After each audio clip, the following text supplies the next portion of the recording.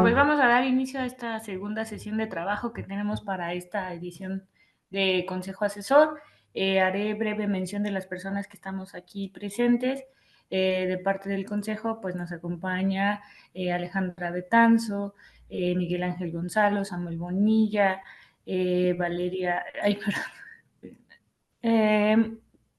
¿le puedes cambiar la siguiente? Eugenia Brajinski.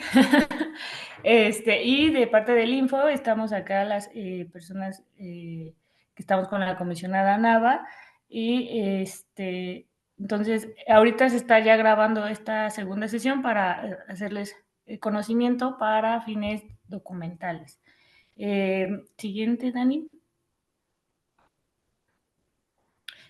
Para esta segunda sesión tenemos dos puntos clave por abordar. El primero es el sustancial, que será esta exposición del protocolo de apertura y transparencia ante riesgos, que trabajamos ya hace un par de años. Y por otro lado tenemos la presentación de un borrador, de un cuestionario para dar seguimiento a la aplicación de esta especie de productos.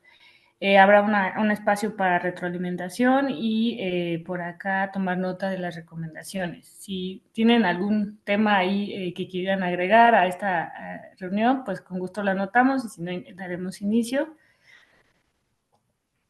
Ok, y comisionada le cedo el uso de la voz. Muchas gracias, Zule. Sí, pues estamos, la verdad es que muy contentas porque ya esperamos haber diseñado la sesión para tener mucho mayor aprovechamiento por parte de ustedes como consejo.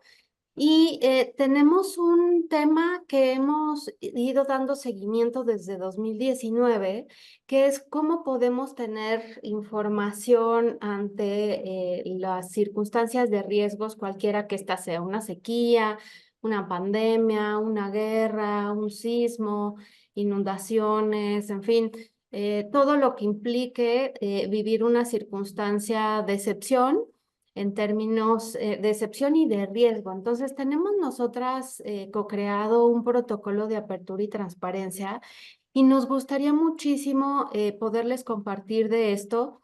Le pediré a quien esté haciendo justo apoyo visual que vaya de manera automática avanzando conforme vaya yo comentando. Entonces, este protocolo de apertura y transparencia ante riesgos lo hicimos, lo co-creamos con distintos especialistas y también comunidades de prácticas desde gobernanza ante riesgos hasta instituciones diversas como en los sistemas anticorrupción, de transparencia, desde la academia, también desde iniciativa privada. Y lo que buscamos es siempre tener presente qué información necesitamos cuando vivimos riesgos.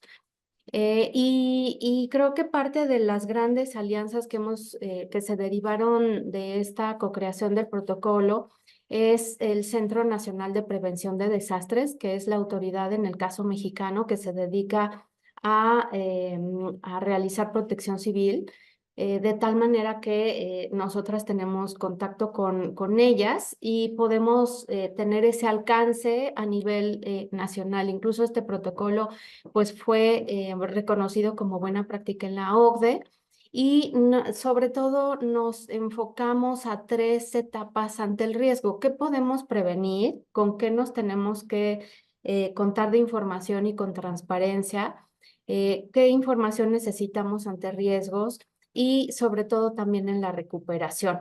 Estamos ciertas que tenemos al menos estas 3 etapas cuando se viven riesgos antes de que se convierta en un desastre, ¿no?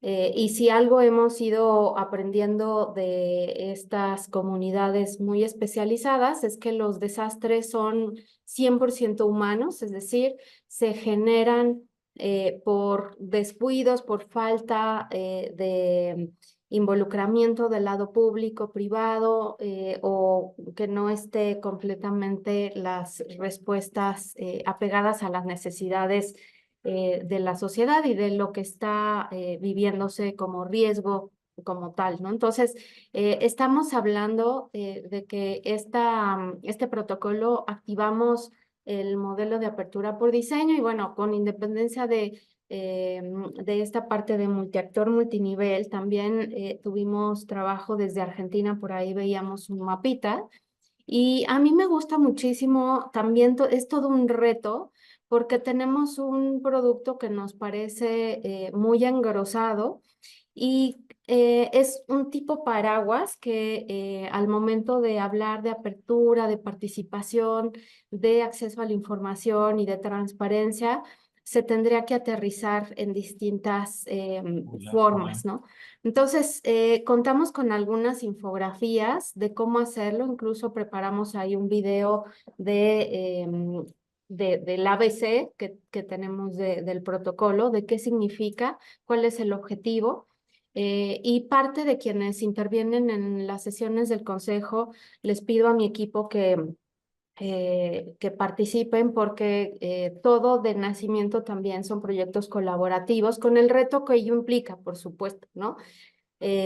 Justo para poder dejar el área de especialización o un solo enfoque, que pueda haber un diálogo entre los distintos enfoques. Y yo resumiría que el protocolo lo que pretende en la etapa de prevención es realizar simulacros, pero de información, ¿no? Regularmente asociamos los simulacros de evacuación de establecimientos para físicamente salvar la vida, pero también estamos ciertas que la información pública nos permite salvarla en distintas formas, porque nos permite acceder a albergues, en fin, hacer la búsqueda de personas cuando se activan distintos protocolos de información, o bien también el poder hacer uso de herramientas no solo en el campo digital, sino también en el análogo, de acuerdo a las circunstancias y regiones y territorios que se tienen.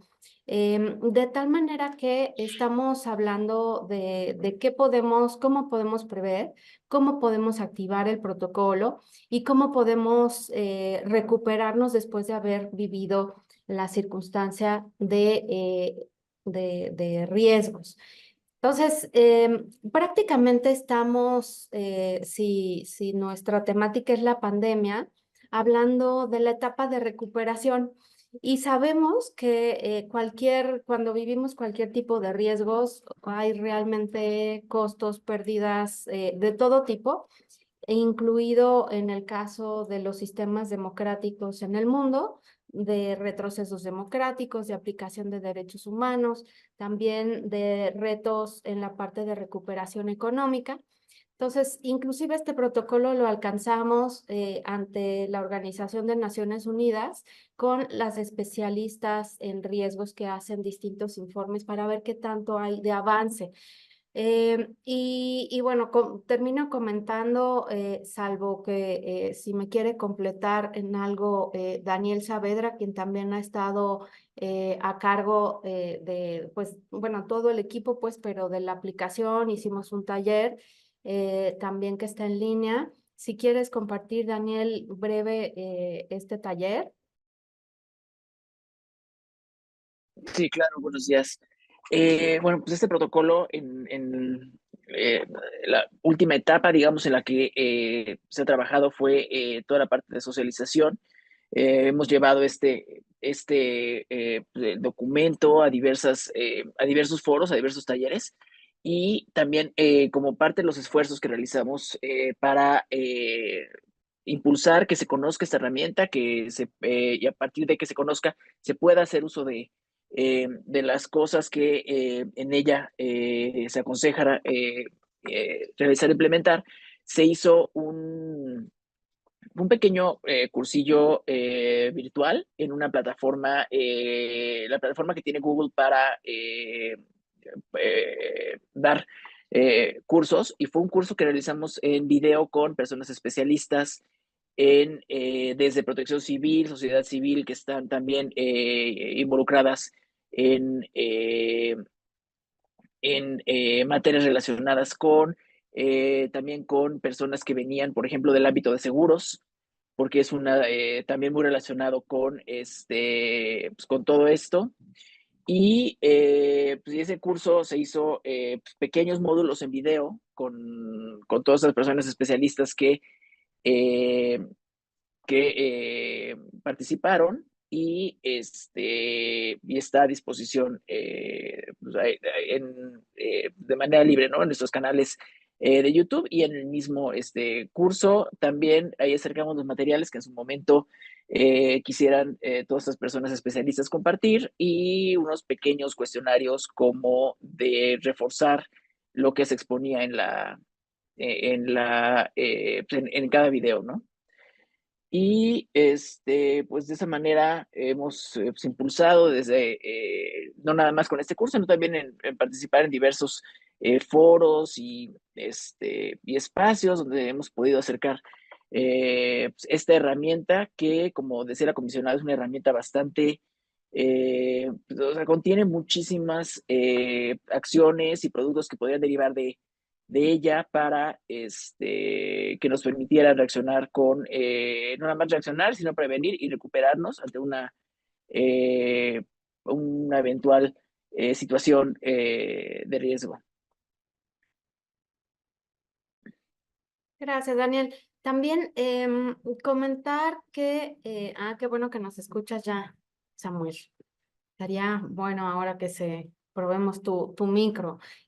Terminar diciendo que, digo, salvo que Zule quisiera complementar, em, que la generación y la atención de toda esta información, lo que buscamos siempre, siempre, siempre es transversalizar la perspectiva de género y de inclusión, de tal manera que la comunicación tenga esa consideración, esas características y también que la reacción y la comunicación sea con tintes de comunicación constructiva, positiva, oportuna, sencilla, de tal manera que abastezca el derecho a entender de las personas.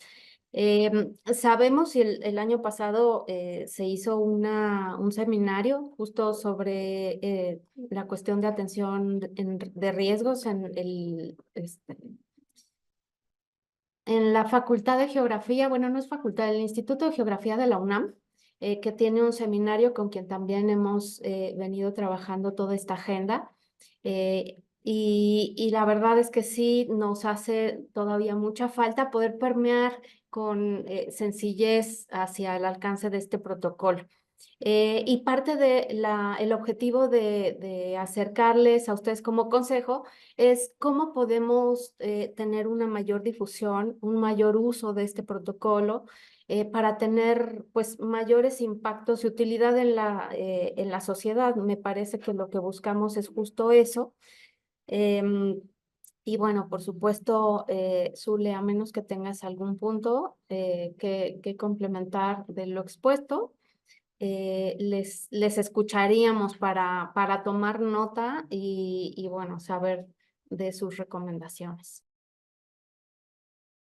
Gracias, comisionada. Pues muy breve, o sea, en cada etapa o sea, si bien es un documento un poco robusto, o sea, incluso yo acá en el equipo que luego nos ponemos a prueba y revisamos cuando tenemos oportunidad los documentos, ya después del tiempo en que lo hicimos, pues ahí tenemos varias áreas de oportunidad.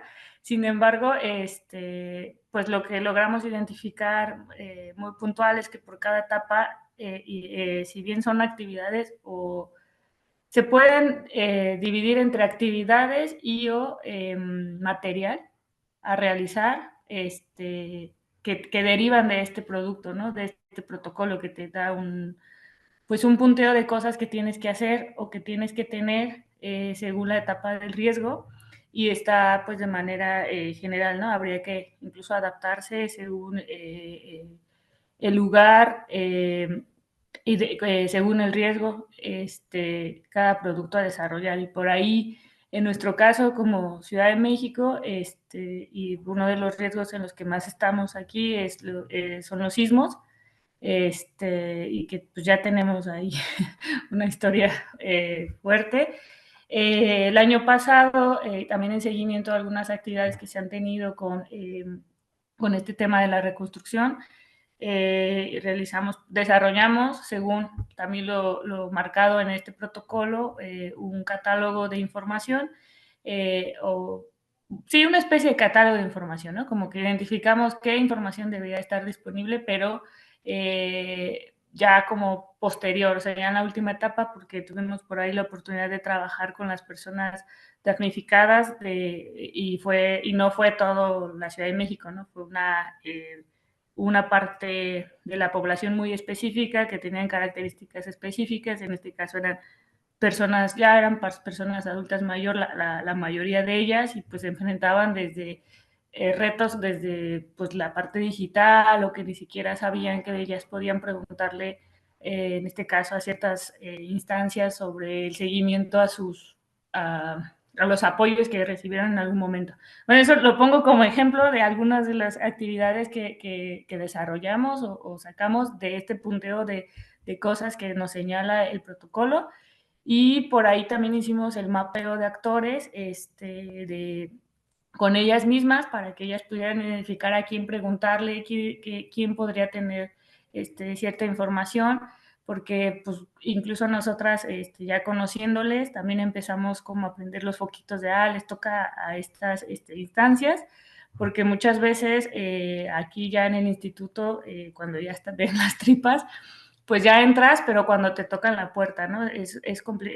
No es como tan fácil desde como proactivamente decir a ti te toca hacer B, algo que cuando está establecido en ley, pero ya es bien distinto cuando las personas vienen y te tocan la puerta y tú dices, y empiezan a revisar quién tiene ciertas atribuciones y hasta qué nivel de atribución.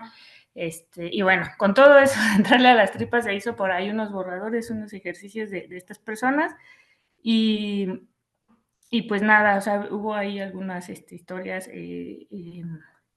pues interesantes, de lo que nos compartieron ellas, o del propio, ¿cómo decirlo?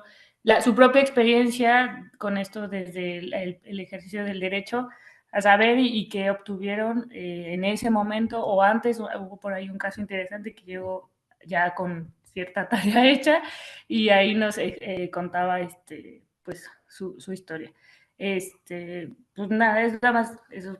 Espero que abone un poco a lo que ya comentaron la comisionada y el equipo, y ahora sí cedo el uso de la voz a Alejandra. Muchas gracias. Pues me gustaría a mí empezar por celebrar que se esté dedicando pues todo este esfuerzo, tiempo en articular pues tantas posibles como escenarios, voces, necesidades, ¿no? Que nos permitan estar mejor preparados como sociedad para superar emergencias, para hacernos más resilientes, para contribuir a que los sujetos obligados sean capaces de garantizar derechos, ¿no? Que pueden pues correr el riesgo de no ser garantizados en este tipo de situaciones, ¿no? Entonces, pensando en que, y yo no sé si este es un tema como de cultural de nuestro país, pero tengo la impresión de que sí, nos cuesta un poco pensar en la prevención, ¿no? Es como, bueno, pues ya, si sucede, pues ya veremos cómo lo resolvemos, ¿no? He escuchado mucho a las personas que venden seguros que se enfrentan a esto, ¿no? O sea, como, ay, no, pues, ¿por qué voy a invertir en un seguro si pues, no sé si va a suceder, ¿no? Entonces ya cuando suceda veré cómo le hago. Entonces, bueno, celebrar, porque además entiendo que en la primera fase, pues lo hicieron durante la pandemia, de forma virtual, con más de 60 actores de manera co-creativa. Además, me gusta como ver cómo el instituto y bueno, esta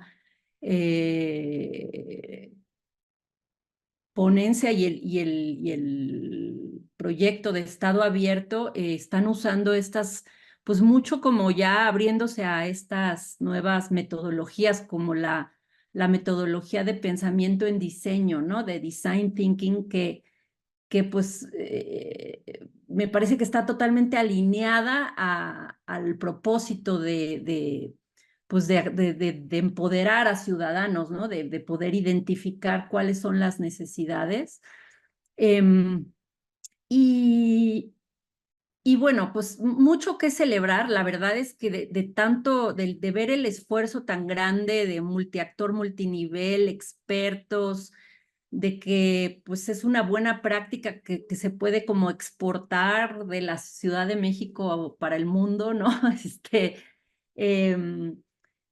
Como que cuesta un poco encontrar qué más podría yo agregar después de todo este esfuerzo, ¿no? Entonces me puse un poquito como a tratar de encontrar cosas en las que pudiera yo, pues sí, que pudiera poner sobre la mesa como para pensarlas juntos.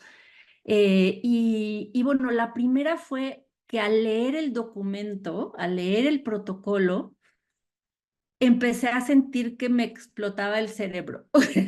Sí, o sea, como que, y puedo ver y ustedes mismas lo mencionan como la gestión integral de riesgos es por su naturaleza compleja, ¿no? Es compleja, es como la prevención en un momento dado se convierte como en reacción, pero luego regresa, o sea, si tiene este reto enorme de pensando en lenguaje claro, sencillo, accesible, o sea, cómo traducir esa complejidad en lo sencillo, ¿no? Y entonces me ponía yo como en el zapato en los zapatos de un ciudadano que lee esto y dice, bueno, ¿y esto qué? O sea, ¿esto a mí cómo me beneficia, no?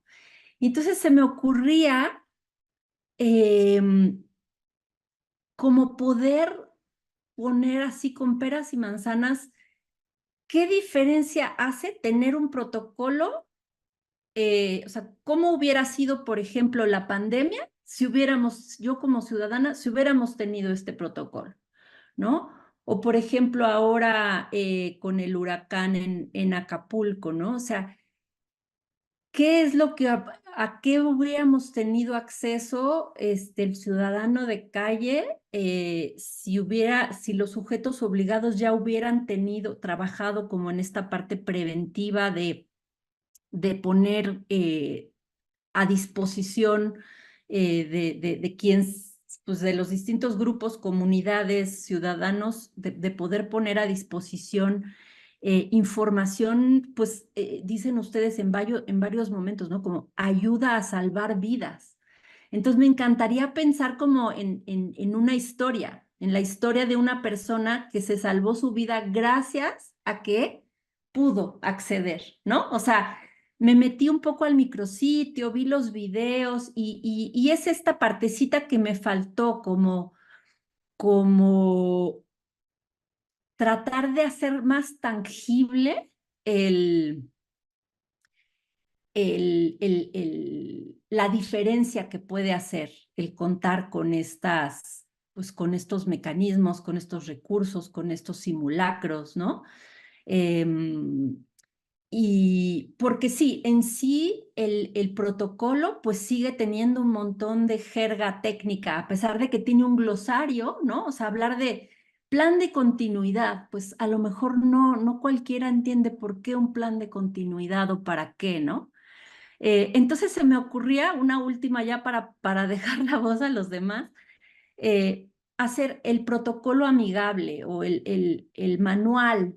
Yo como ciudadano, ¿cómo voy a poder yo misma también estar más preparada para saber, o sea, así como cuando nos preparamos para el sismo y entonces tenemos nuestro kit de emergencia a la mano y las llaves en un lugar a la hora de que suena la alerta sísmica, poder salir con esto?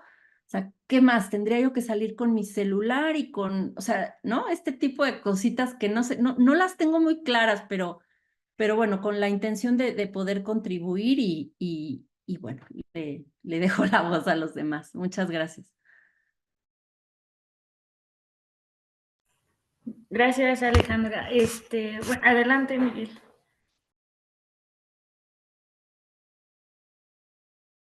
Sí, pues nada, muchas gracias. Buenas tardes a todos y a todas. Como siempre, un gusto. Primero, felicitaros por el enfoque de la reunión de trabajo, ¿no? O sea, el poder contar con un documento previo y un punto claro, creo que nos ayuda, o por lo menos a mí me ayuda a focalizar el trabajo. Sobre el protocolo, como han dicho antes, felicitaros, valorar muy positivamente la iniciativa. Creo que es muy importante, y la pandemia nos lo ha demostrado a todos y a todas en distintas áreas de este mundo, que contar con un protocolo para gestionar estas emergencias y conectarlo con la transparencia y la participación ciudadana lo considero un enorme acierto, ¿no? Creo que contar con estos protocolos contribuye muy significativamente a la resiliencia y a la resistencia de la comunidad ante estas situaciones, ¿no? Valoro también del protocolo el esfuerzo que destacaba la comisionada sobre la inclusibilidad y la colaboración, ¿no? Me ha parecido, de lo que he podido leer, un esfuerzo muy notable, el esfuerzo para mapear y vincular a toda una amplia gama de actores, ¿no? Desde organismos gubernamentales hasta la propia sociedad civil, la iniciativa privada, ¿no? Creo que este mapeo integral contribuye muy adecuadamente a construir una respuesta integral y coordinada, ¿no? Nosotros aquí en España tenemos una pequeña experiencia en la fase de recuperación en una comisión parlamentaria en la que se abrió una posibilidad de colaboración ciudadana para la reconstrucción, en la tercera fase que decís vosotros, ¿no? Y vosotras, y en la que se invitó a colaborar a organismos gubernamentales, pero sobre todo la respuesta más activa vino de la iniciativa privada, o sea, de colectivos organizados de la iniciativa privada, empresa, etcétera, y también de la sociedad civil. Fue una iniciativa muy interesante en la fase, digamos, de reconstrucción. Por lo tanto, es un acierto el vincular estas iniciativas, ¿no? Y mi tercera valoración en positivo es el enfoque en la comunicación. Si algo hemos aprendido, por lo menos aquí en España, que no somos una zona especialmente de riesgos nacionales, tenemos pequeños riesgos sísmicos en determinada población, tenemos sí un riesgo de incendio en determinadas zonas centrales del país, en fin, y cada vez, como hablábamos antes, con el cambio climático, cada vez se van a ir produciendo más frecuentemente situaciones catastróficas derivadas de esto. Y en todos ellos, el enfoque en la comunicación, aparte de los elementos de protección civil, seguridad, bla, bla, bla, pero en el que más nos puede afectar a nosotros es en la comunicación efectiva y la publicación accesible de la información, ¿no? Aquí en España hubo que improvisar durante la pandemia por parte de los distintos organismos responsables, Ministerio de Sanidad, comités de crisis, etcétera, toda una manera acerca de cómo comunicar la información a la ciudadanía, ¿no? Para que sea accesible, para que sea comprensible.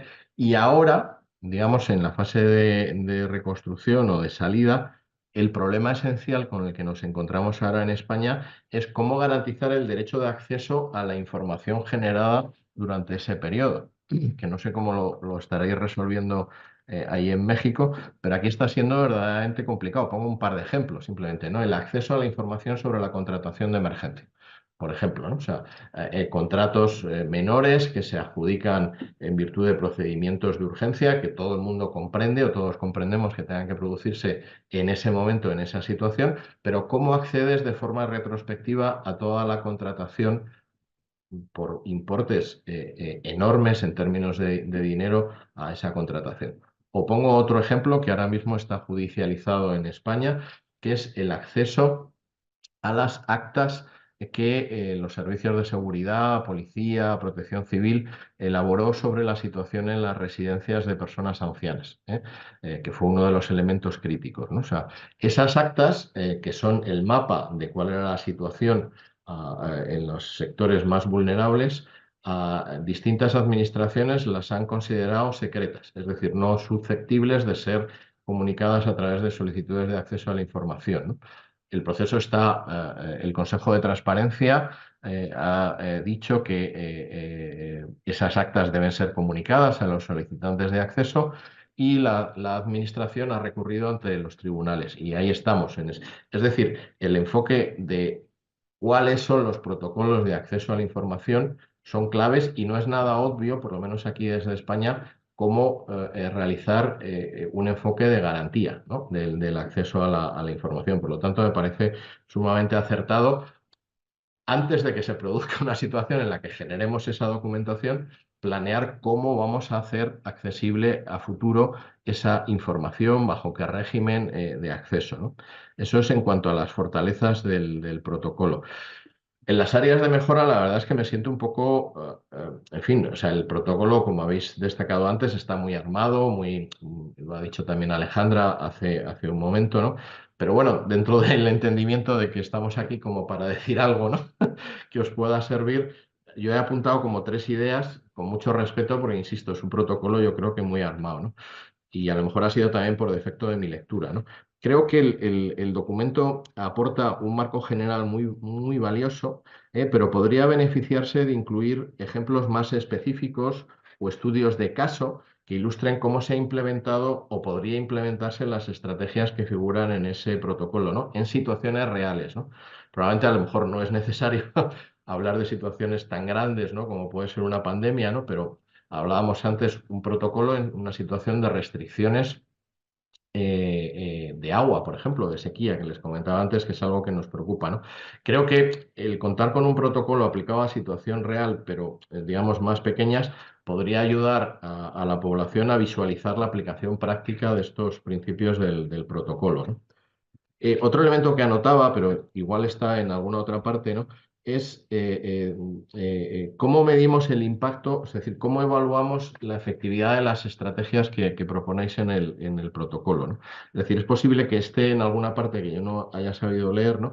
Pero sería interesante, como siempre decimos en el caso de transparencia, pues contar con indicadores de rendimiento, métodos de seguimiento, mecanismos de retroalimentación, es decir, ¿cómo habéis pensado, digamos, que la población que ha usado o que ha accedido a este protocolo o se ha puesto en aplicación o lo que sea, ¿no? O sea, cómo producir esa retroalimentación hacia los que habéis desarrollado este excelente, digamos, protocolo, ¿no?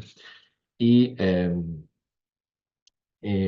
por último, y como tercer punto, yo aportaría que en ese tema sí que tengo algo más de conocimiento, ¿no? El tema de las estrategias de comunicación de crisis, que por lo menos la considero esencial. Aquí en España, como les decía antes, hubo que hacer un máster de comunicación de crisis, ¿no? Con relación con la pandemia. Y distintas consultoras, vamos, yo en concreto había tomado algunas notas de distintos protocolos que alguna agencia de comunicación, Ideograma en concreto, y Xavier Peitivi, que es uno de nuestros expertos en comunicación de crisis, decía y señalaba como algunos puntos que quizás se podrían desarrollar, ¿no? en este territorio, ¿no? Él hablaba, Peitivi habla de gestión proactiva y preparación, que yo creo que algo ha dicho antes también Alejandra, ¿no? Es decir, cómo nos preparamos ante la crisis, cómo no tanto a la ciudadanía, porque la ciudadanía, coincido con lo que decís antes, no tenemos, digamos, una mentalización previa ante la situación, pero sí podemos realizar formación de equipos especializados en comunicación de crisis, ¿no? ¿Qué es importante comunicar? ¿Cómo comunicar? Contar con planes de comunicación preestablecidos, ¿no? Y adaptados a los distintos escenarios de riesgo, ¿no? Por lo menos aquí en España ha sido un aprendizaje que hemos hecho, ¿no?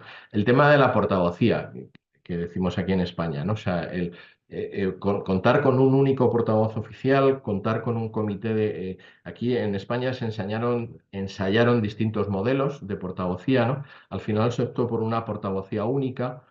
El doctor Simón fue aquí el portavoz, lo cual le provocó un nivel de abrasamiento total, porque era constante, al haber un portavoz único en la situación de crisis, digamos, toda la presión y el foco caía sobre ese portavoz, ¿no? Y evidentemente esto provocó alguna reflexión sobre que quizás sea necesario descentralizar la comunicación de crisis, ¿no? Aunque esto evidentemente, el contar con o sea, en España se optó por un portavoz único porque cuando en los anteriores modelos se detectaron mensajes contradictorios. Y eso en una situación de emergencia no puede ser. O sea, tiene que haber 3, 4 mensajes claros y únicos y contradictorios, ¿no? El tema de las redes sociales es esencial en comunicación de crisis y me les aportaría, por lo menos aquí en España, PayTV y otros consultores hicieron bastantes análisis interesantes de monitorización de redes sociales para detectar con carácter preventivo todo lo que tiene que ver con desinformación, bulos, etcétera, pero también para corregir deficiencias en la información de la propia administración. Por ejemplo, llegamos a la conclusión, o se llegó a la conclusión, de que las redes sociales de los distintos ministerios no estaban coordinadas a la hora de ofrecer información sobre crisis, por ejemplo. O sea, no había una unidad de mensaje, ¿no?, entre los distintos departamentos de comunicación de los distintos niveles de la administración, ¿no? Entonces, esto es importante, ¿no? Evidentemente, la creación de microsites, esto creo que lo decís en el tema, ¿no? Hay un elemento que por lo menos aquí en España aprendimos, ¿no? Y creo que podría también implementarse en el protocolo, ¿no? Es que durante mucho tiempo se hizo una comunicación racional, es decir, enfocada en el dato, lo cual está muy bien, no voy a decir yo que no, pero descubrimos que algunos mensajes, o sea, que lo importante no es que no sea importante transmitir los datos, pero también hay que gestionar las emociones en las situaciones de crisis, ¿no? Es decir, mensajes que generen confianza, tranquilidad, esperanza, reconocer el inmenso impacto emocional en la población que tienen este tipo de crisis, sea cual sea la pandemia o sea cualquier otra que tenemos, ¿no? Entonces, no es lo mismo una comunicación racional, o sea, enfocada en la transmisión de evidencias, que es necesaria, obviamente es necesaria, pero la comunicación emocional al final es la que moviliza las emociones y los sentimientos de la población, generando o bien emociones negativas, pánico, ansiedad, bla, bla, bla, o emociones positivas como calma, capacidad de respuesta, etcétera, ¿no? Evidentemente, el tema de la comunicación clara y accesible, ya lo habéis mencionado. Aquí tuvimos que hacer también un máster sobre, en fin, toda la terminología científica de las vacunas, el RN, etcétera, ¿no? Y claro, ahí es importante el lenguaje inclusivo, el evitar tecnicismos, etcétera, ¿no? Y la perspectiva de la diversidad, ¿no? O sea que Mari Carmen siempre, Nava, siempre lo recuerda y creo que es muy importante, ¿no? O sea, la diversidad nos aporta distintos sujetos receptores de la información y por lo tanto la información no puede emitirse igual para todos los receptores de la información, ¿no? O sea, porque no todos lo van a entender, sino que lo van a situar dentro de su propia situación personal, emocional, bla, bla, bla, etcétera, ¿no? Y eso es lo que podría aportar, entendiendo que es insisto, ¿no?, un protocolo que lo veo ya muy armado y muy rodado, ¿no? O sea, y por lo tanto muy sólido, ¿no? Nada más.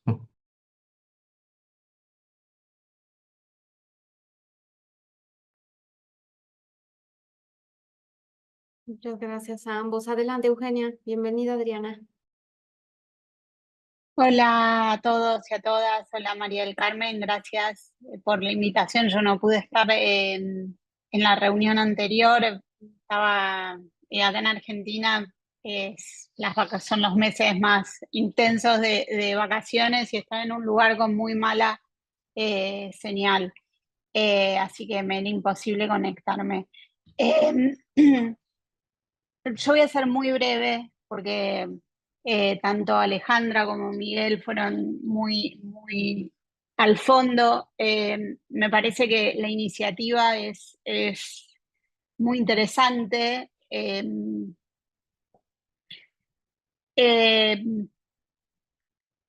me preocupa la etapa de implementación de esto. Por ahí estaba la pregunta de cómo hacer para sostenerlo con nuevas autoridades. Es como llevarlo del dicho al hecho, ¿no? Esta idea y que está buenísima y que tiene que ver con una situación ideal de aprendizaje a partir de lo que ya sucedió y de otras situaciones de crisis, pero cómo implementarlo, ¿no? Cómo, bueno, tenemos este protocolo, aparece una nueva crisis, ojalá no una nueva pandemia, pero crisis locales de una ciudad, de un país, de una región, y llevamos este protocolo. Creo que ahí hay un primer desafío, se podrían hacer pruebas pilotos en comunidades, en lugares más donde haya pequeñas crisis, ¿no? O situaciones que no son crisis, pero donde puede haber lugar a la implementación de un protocolo. Creo que tiene que haber una autoridad de aplicación del protocolo más allá de que pueda ser replicable en instituciones, digo, pero si hay una crisis nacional, por ejemplo, o que involucra a varias instituciones de gobierno, tiene que haber debe establecerse quién indica cómo se lleva adelante el protocolo y tiene que haber, me parece, digo, que el eje es la información pública. Después lo que los funcionarios y funcionarias y especialistas de cada gobierno en la materia de crítica pretenden comunicar es muy importante, pero nosotros tenemos que garantizar aquello que tal vez no crean que es importante comunicar.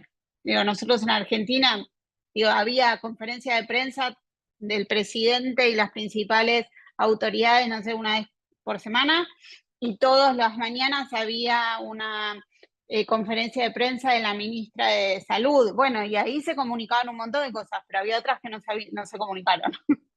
Y entonces lo que hay que garantizar es aquello que por ahí no por una cuestión de secreta, sino porque, bueno, no está en la agenda del funcionario, la funcionaria o de lo que prioriza, se tiene que garantizar. Por ejemplo, las vacunas, los precios, las compras, el acceso a las vacunas, digo, para hablar de la gran crisis reciente de la cual aprendimos mucho. Una de las cosas que pasó en muchos países de América Latina es que las normativas de acceso a la información no estuvieron vigentes durante por lo menos los primeros meses de crisis, porque no estuvo vigente el funcionamiento normal de la administración pública. En Argentina, por ejemplo, se suspendió la aplicación de todos los procesos de interacción con el Estado, y en eso entraba, por ejemplo, la ley de acceso a la información pública, pues se suspendieron lo que acá se llaman los plazos administrativos. Entonces, como bueno, la gente no iba a trabajar, eso no había plazos administrativos, entonces estaba suspendido el ejercicio del derecho.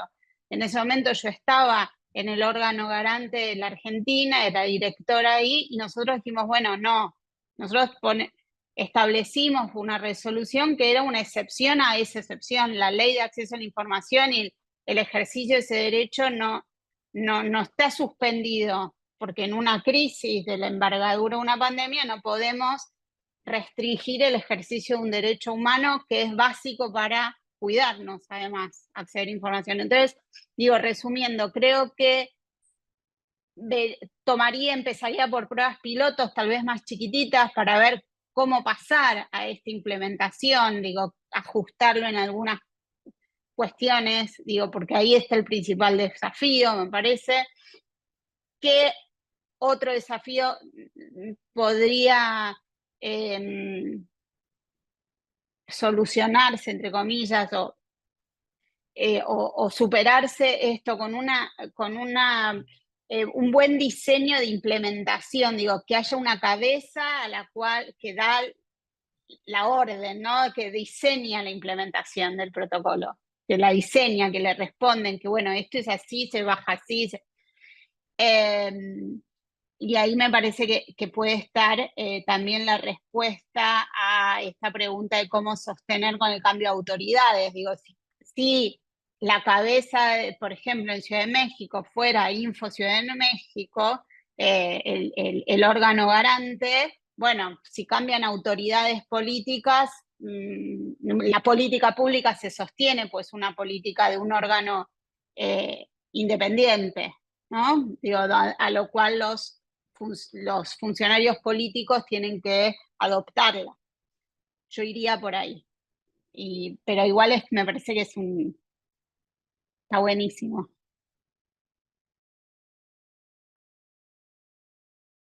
Gracias, Eugenia. Samuel, Adriana, si quisieran comentar, adelante. Adriana, si está. No sé si me escuchan. ¿Me escuchan? ¿Sí? Ah, ok. Perdón. Bueno, tuve problemas al principio, así es que no escuché toda la conversación, pero bueno, de lo que alcancé a escuchar, eh, yo hago esta analogía. En cierta ocasión, un proveedor de algún programa de cómputo hizo una encuesta, ¿verdad?, de satisfacción del cliente y preguntaba cómo mejorar, etcétera, etcétera. Y mi respuesta fue simplificar, simplificar, simplificar y después de eso, simplificar. Es decir, qué bueno que exista un protocolo, qué bueno que existan procedimientos, planes de acción, etcétera, etcétera. Eso es digamos, un documento rector que habría que ir mejorando ya con lo que han dicho aquí mis compañeras y compañeros, pero eh, yo me concentro desde el enfoque de la información y, y un riesgo, una situación de conflicto, de catástrofe, en fin, local, casi en lo inmediato. Es decir, cuando ya, centrándonos en la Ciudad de México, que quizás uno de sus principales riesgos son los sismos, eh, después de que ha ocurrido, ¿verdad? Un sismo grave, fuerte, etcétera. Entonces, pues ya no nos preocupa tanto nuestra casa, que a lo mejor ya se cayó, ya se quebró, etcétera, sino nuestra familia, nuestros seres queridos, ¿no?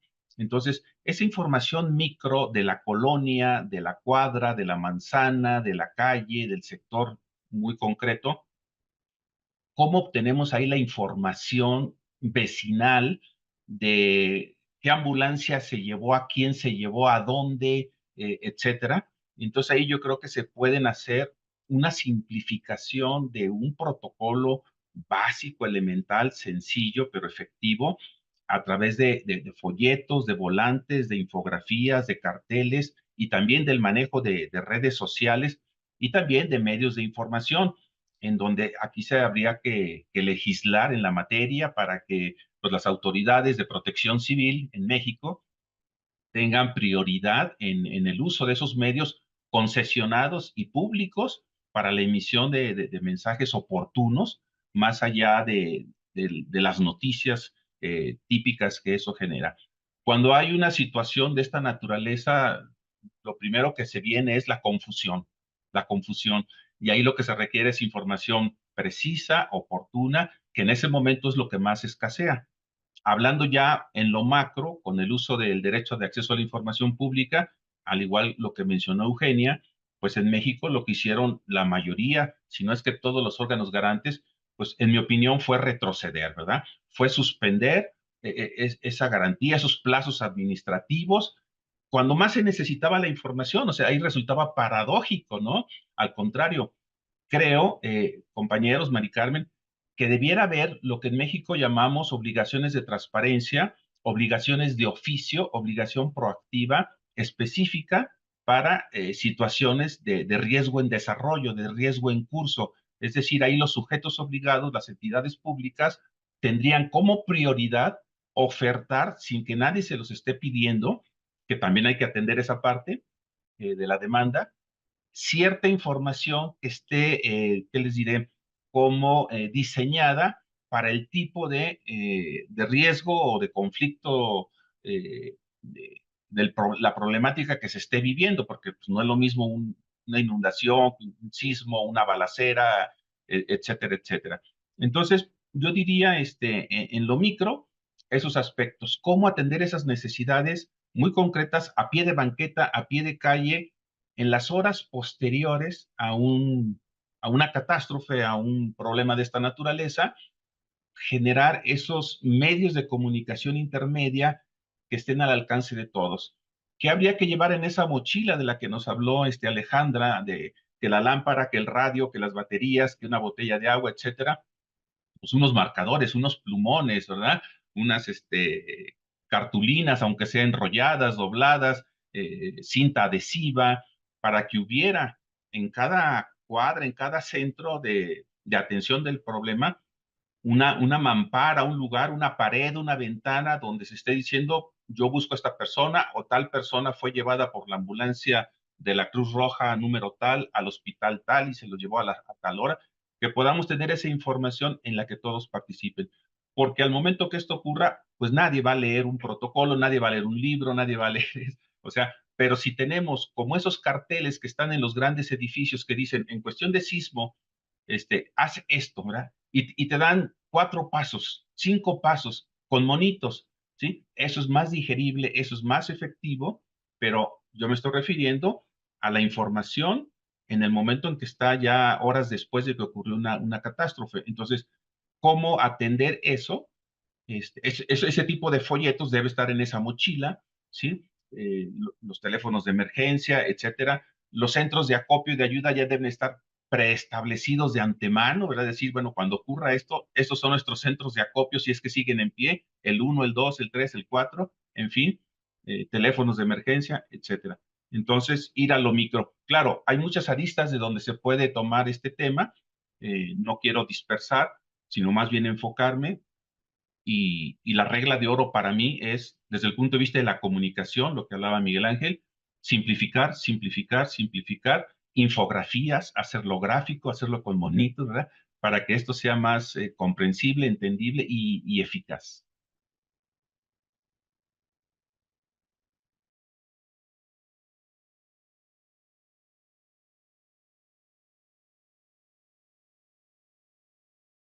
Muchas gracias, Samuel. Adriana, ¿quisieras comentar? La Adelante. verdad, no escuché la pregunta, supongo que es recomendaciones. ¿O cuál era? Es que no estuve al inicio. Sí, el material que les enviamos a quienes integran el consejo fue justo sobre el protocolo de apertura y transparencia ante riesgos. Entonces, si tuvieran algún comentario para poder tener un mejor uso, una mayor difusión, como poder incluso pasar de una administración a otra, cualquier sugerencia es bienvenida. Ok, lo voy a... Es que no lo leí, la verdad, pero lo reviso y te lo hago llegar, perdóname. Es que la semana pasada no estuve. Estuve de vacaciones, entonces me estoy poniendo al corriente. Lo reviso con gusto y si no les hago llegar comentarios.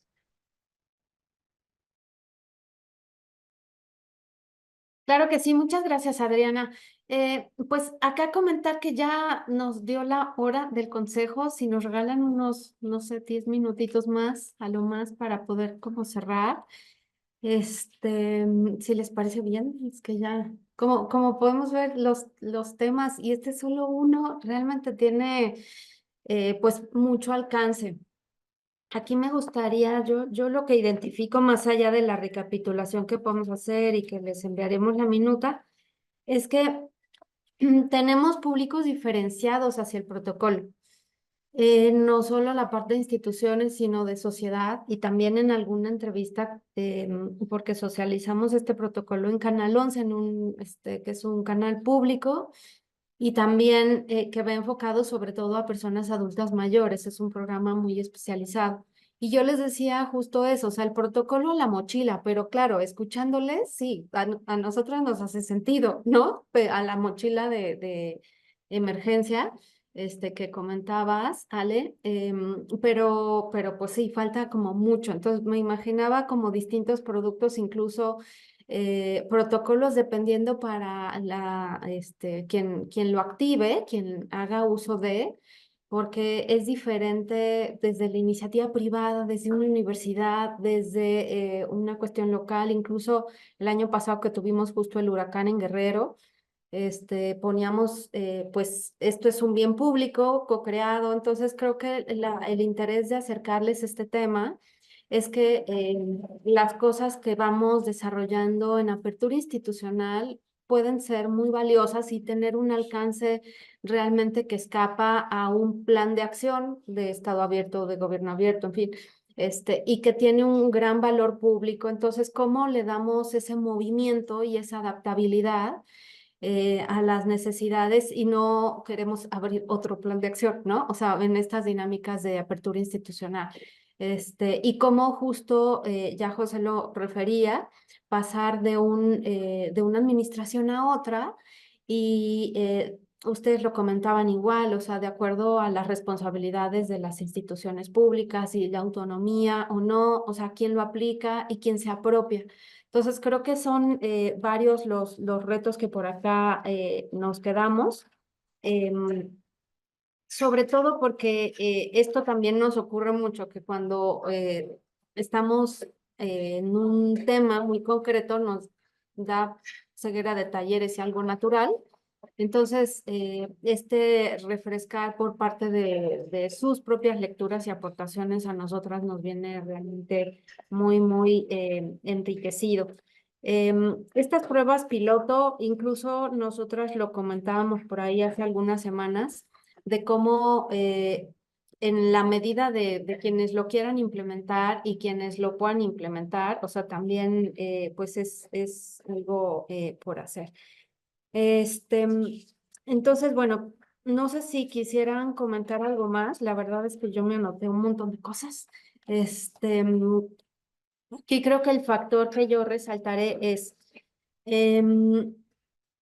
la diferencia de perspectivas, o sea, sí y sí, solo sí, y de hecho el punto que nos queda pendiente, el segundo que anotamos en este orden del día, que es revisar una propuesta de cuestionario de impacto de lo co-creado, sería, si les parece bien, a revisar en la siguiente sesión, y va justo de la mano con lo que se comentó tanto la anterior como esta, de qué impacto se tiene, cómo se mide, qué indicadores, y no me iría únicamente a los indicadores duros cuando somos institución pública, sino también a las historias que también ustedes comentaban, a la experiencia de usuario, ¿no? Entonces tenemos en este aspecto de co-creación ya la lista de casi 100 cosas que tenemos por ahí, les alcanzamos. Entonces, como que la petición concreta sería, si ustedes a través de esa lista pudieran imaginarse que quien hace uso de un cuento de la niñez, de la guía de salud, ¿no?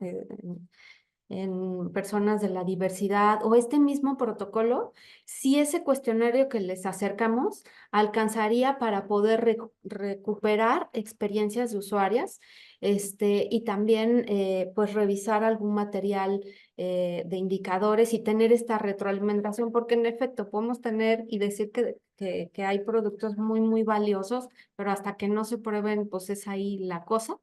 Y yo me imaginaba incluso varios protocolos como dependiendo el enfoque hacia quién va. O sea, ese mismo paraguas, pero justo hablándole a un implementador público, a un implementador privado, a la sociedad de a pie, en fin, y puede ser ese mismo protocolo contando de distintas maneras. Creo que eso estaría bueno. Y no sé si Zule quisieras agregar algo o consejo. Hola, yo tengo una duda rápido, Mónica. Ya estaba revisando, es que quería revisar el protocolo, que seguramente lo dijiste al principio. O sea, ¿este protocolo se lo haces llegar a los sujetos obligados o cómo se lo estás acercando a ellos? Porque está No, dirigido a ellos, a las autoridades, ¿no? no solamente dirigido a ellos, de hecho sí lo acercamos durante la pandemia porque tenemos la facultad de exhortar, en el caso mexicano, a los sujetos obligados, sobre todo en Ciudad de México. Entonces sí, ejercimos esa facultad y les acercamos distintos materiales para poder pues tener sus sitios web más fortalecidos, en fin, aplicar el protocolo. Nosotras lo acercamos de esa manera, incluso también al Sistema Nacional de Transparencia, porque pues eso, algo que está a disposición pública y lo pusimos como en el radar para aplicación. Entonces sí, o sea, y no solo de sujetos obligados, sino también de cualquier actor que lo quisiera aplicar. Por eso nos hemos ido también con distintas redes internacionales para poderlo poner a disposición. Y entonces, claro, o sea, como todo, cuando lo empezamos a utilizar, decimos, ay, esto me parece duro, esto no me sirvió, esto sí está buenísimo. Entonces, es ahí donde le damos como vida y sinergia, ¿no? Yo creo que, algo que podría ayudar es hacer una lista muy concreta de, por ejemplo, cuáles son los mayores riesgos en Ciudad de México, los temblores, quiénes son las autoridades que después o terminando un sismo, la gente necesita información o necesitan aperturar información para la ciudadanía. Y creo que a esas personas o a esos entes son a quienes deberíamos hacer un esfuerzo de acercamiento, porque o sea, es un material muy bueno, o sea, de verdad creo que no la ciudadanía entera no lo va a leer, o sea, creo que hoy en día tenemos como el pecado si vemos de cuánto lee la gente, lee un poquitito, pero yo creo que el esfuerzo tiene que ser previo a que quienes sí nos interesa que aperturen información posterior a un riesgo o una emergencia, lo hagan, y creo que el esfuerzo previo es dárselos digerido. O sea, sí hacer una lista de a ver quiénes son los sujetos que me interesa que en caso de alguna emergencia en México sí aperturen información. No, pues estos hay que concentrarnos en estos 10. Bueno, estos 10, ¿cómo les vamos a dar esta información? No sé, escuché hacerlo más sencillo a través de trípticos, da igual. Sí, y también a lo mejor, no sé, algunas otras formas. Yo creo que esa es como la principal labor. O sea, si queremos que alguien lea y aplique el protocolo de quienes realmente nos interesa que den esa información, deberíamos de hacer el acercamiento previamente. O sea, que lo vean, que nos aseguremos que lo lean.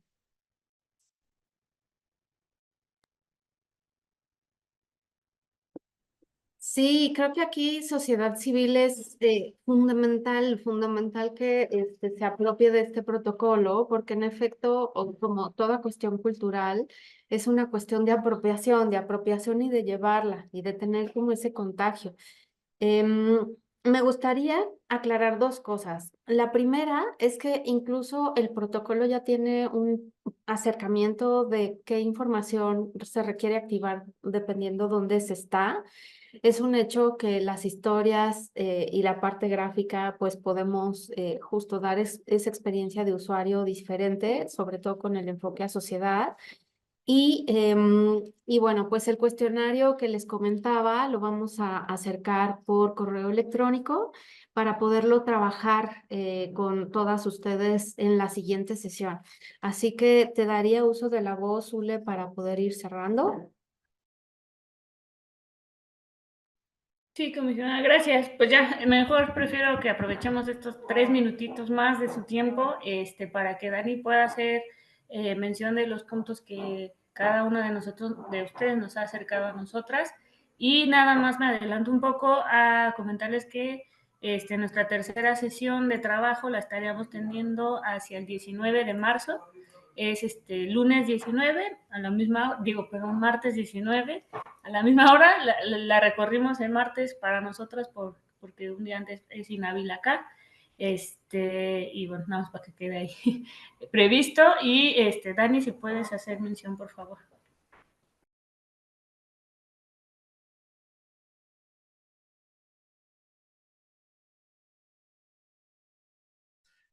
Muchas gracias, Zulema. Con su permiso, solamente para mencionar algunas de las propuestas, la verdad es que han habido varias, y para también no ser redundante en esta última fase de la sesión, voy a omitir, digamos que los reconocimientos, que también se hicieron varios y bastantes sobre las buenas prácticas y reconocimientos que se identificaron en el manual, perdón, en el protocolo. Por ejemplo, Adriana menciona, y bueno, también las propuestas, la verdad es que esta sesión del Consejo Asesor ha sido de las que más han abundado en propuestas concretas. Les agradecemos mucho esa dedicación que han puesto, y por lo tanto también, pues esta última intervención no va a ser completa del todo. Les ruego también nos disculpen de antemano, pero por supuesto vamos a documentar todas ellas, que afortunadamente tenemos la grabación por acá y la grabación de la minuta. Pero justo para no dejar la sesión en una especie como de que se virtieron solo al aire, para nosotras es importante hacer una recapitulación puntual de las propuestas concretas, de los comentarios que se han vertido. En primer lugar, Alejandra menciona, por ejemplo, la importancia de qué diferencia hubiera habido de que las personas tuvieran un protocolo activado con casos concretos, por ejemplo, con el huracán, y habla una propuesta muy concreta sobre hacer un protocolo amigable, un protocolo más sencillo. Identifica, por supuesto, que la gestión integral de riesgos es compleja y identifica aquí el reto de traducirlo hacia lo sencillo. Miguel Ángel también habló bastante sobre un tema muy similar, sobre temas muy similares, con propuestas, por ejemplo, cómo ilustrar ejemplos de caso en situaciones de riesgo concretas, cómo evaluar la efectividad de las estrategias con indicadores y algo muy concreto que también tiene sus vertientes a su vez, que es la estrategia de comunicación de la crisis, ¿verdad? Que como bien menciona, desde el servicio público se tuvieron que hacer varios másters en la época de la pandemia en comunicación de crisis, ¿verdad? En lenguaje ciudadano, pero tener esta sensibilización de tener equipos de comunicación, de gestión de crisis, en redes sociales. Eso que en lo personal me pareció muy interesante y totalmente de acuerdo en el sentido de combinar la comunicación racional con la comunicación emocional, ¿verdad? Que también es importante manifestarlo. Samuel Bonilla comentó, por ejemplo, identificar dos tipos de comunicaciones, de necesidades de información, una necesidad de información micro, de qué es lo que necesitan las personas, identificar ahí qué información necesita la comunidad en lo cotidiano, en situaciones de riesgo, y a macro, cómo se relaciona precisamente esta necesidad de información con algo también muy concreto, por ejemplo, en contar con información pública de oficio, que identificar este tipo de información pública de oficio que se menciona por acá, información reactiva, se podría decir, a nivel internacional, en situaciones de riesgo, ¿verdad? Y simplificar, ¿verdad? Esta identificación que hace.